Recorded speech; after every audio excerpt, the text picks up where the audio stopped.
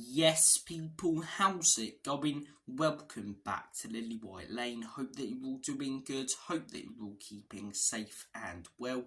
And in the words of Alan Partridge, I hope that you're all having a really good Wednesday and week wherever you are in the world and whatever you are planning to get up to. And you are all very welcome along to your Fulham versus Tottenham Hotspur match preview. The game that is set to take place and kick off at 5:30 UK time this Saturday evening, and it's a massive game for Tottenham. Every game now up until the end of the season in the running is huge for Spurs, and it's a massive opportunity to put some real pressure on Aston Villa, go 1 point clear of them before they play on Sunday. And the fact that if we win on Saturday and we'll be a point clear of them level on games, it'll be massive for confidence. It really will be massive. Obviously, our game in hand is against Chelsea, but it's a real opportunity this Saturday to put some pressure on Aston Villa to keep building this momentum that we've got going on at the minute, make it 3 wins in a row.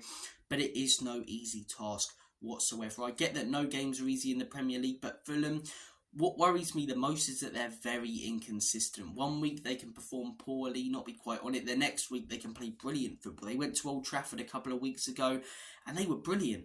They didn't, park the bus, sit back and counter-attack Man United and get the win. No, they won the game. I believe they had more possession. They had, more big chances. They were just a better team if you watched that game. Whereas last weekend, they couldn't get over the line or get something against Wolves. And that's no disrespect to Wolves. Gary O'Neill's doing a brilliant job. But, it goes to show how inconsistent they are, and you don't know whether they're going to turn it on or not. In my opinion, they will this Saturday because they're in front of their own fans. They've got some very dangerous players as well. Alex Iwobi, one of them, he's having a great season. Adama Traore, I class him in the same category as a player such as Alan Saint-Maximin, just a very tricky and dangerous player that if you're a wing-back or a defender, you don't want to be dealing with. And that Craven Cottage atmosphere, a lot of teams have went there and fallen. The atmosphere's been great. The fans have been up for it and they've stepped up at home. Arsenal, who right now are on brilliant form, they went there and lost to Fulham. So it's no easy game whatsoever.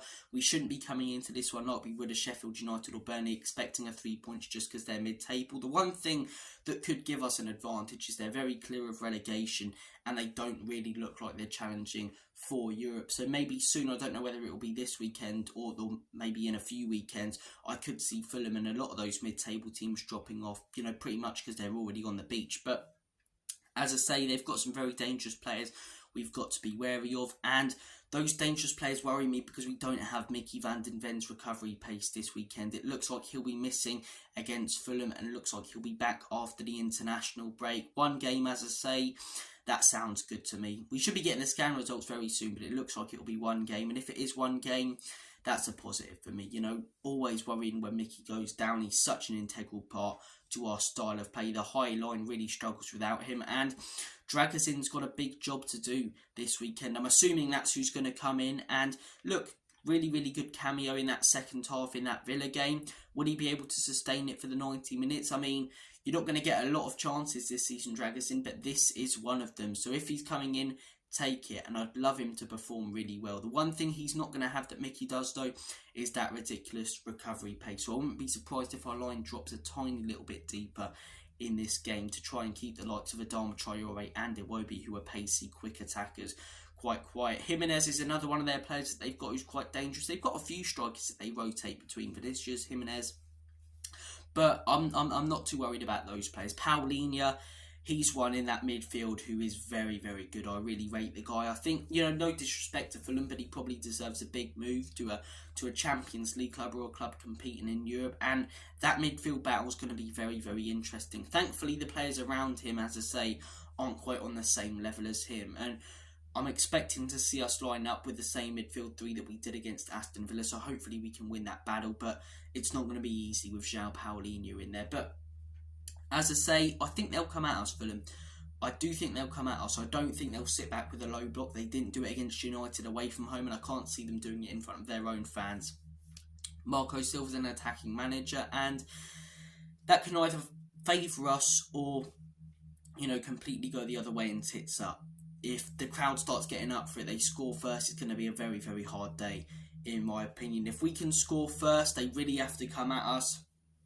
I can see us playing through the line to maybe getting another 3 or 4-0 this Saturday. And look, Definitely going to be an interesting game. I was expecting Villa Park to be a very tough atmosphere to go to. We silenced them. If we can, sort of keep possession in those first 10 minutes, control the game, we can quiet it down at Craven Cottage. But look, I am looking forward to the game now. Every game, as I say, is huge until the end of the season. Now we're in the run-in. Every single game, it doesn't matter who you're playing, where it is, what time it is, it's a big game. And as I say, a lot of pressure onto Aston Villa if we win that game on Saturday night, because then we're level on games and we'll be 1 point clear of them heading into their game on Sunday against West Ham United, which, as I say, is a tough game. A few weeks ago I would have said that Villa win that quite easily, but West Ham, they've been attacking teams a little bit more, getting a fair few results. That's not an easy game. That they've got some dangerous players. Your Kuduses, your Ward-Prowses. They've got some good players. So it's no easy task for Aston Villa. Manchester United this weekend, they're not playing in the Premier League, but as I say, I wouldn't worry too much about them. Famous last words, I know, but I wouldn't worry too much about them in this top 4 race. But yeah, I'm hoping that we can get over the line. In terms of the lineup, I think you go with the same lineup as last weekend, just with Dragusin in there. As I say, for me, Vicario, he's earned his spot week in, week out in that team. I mean, who are we going to bring in? Fraser Forster, come on, have a day off. And looking at that defence, Udogie, Pedro Porro, Dragusin, massive game for him if he does start, which is looking very likely, with Christian Romero, Pape Matar Sarr, James Maddison and Bissouma. I wouldn't be surprised if we see Bentancur, start, but for me, when he's had his chances to start and get into that team, he hasn't been great. And that Sarr and Bissouma partnership works so well. We saw it at the beginning of the season, we saw it again last weekend,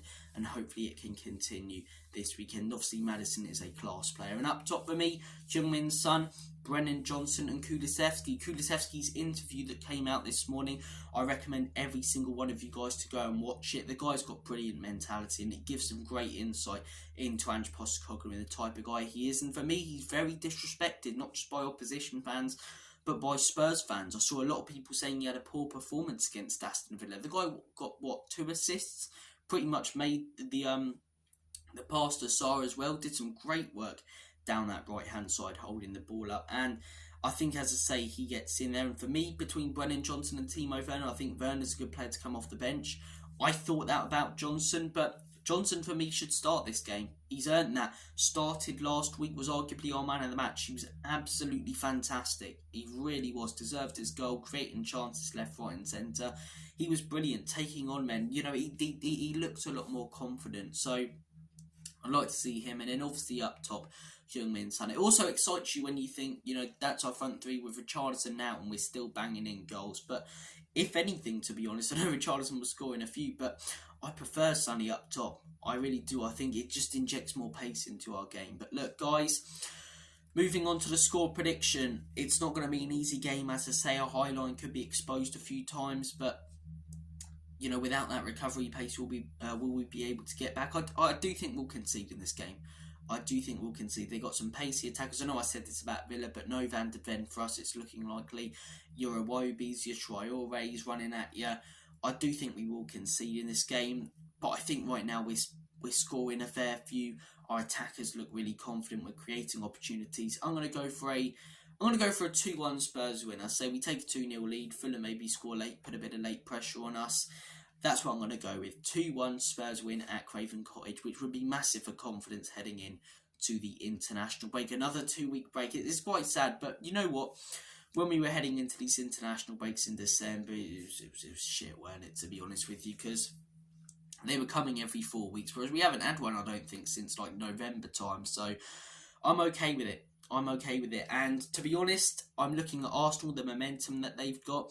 I'm okay with this international break slowing that down a little bit. So, look, massive game on Saturday. I'm going for a 2-1 Spurs win. I want to hear your guys' score predictions, your thoughts and opinions on the game, the lineup that you would choose, and all of that good stuff. So make sure to comment your thoughts down below. Take care of yourselves. All the best. Have a smashing day and week. And as always, Enoch can leave you out. In Big Ange we trust. Come on, you Spurs.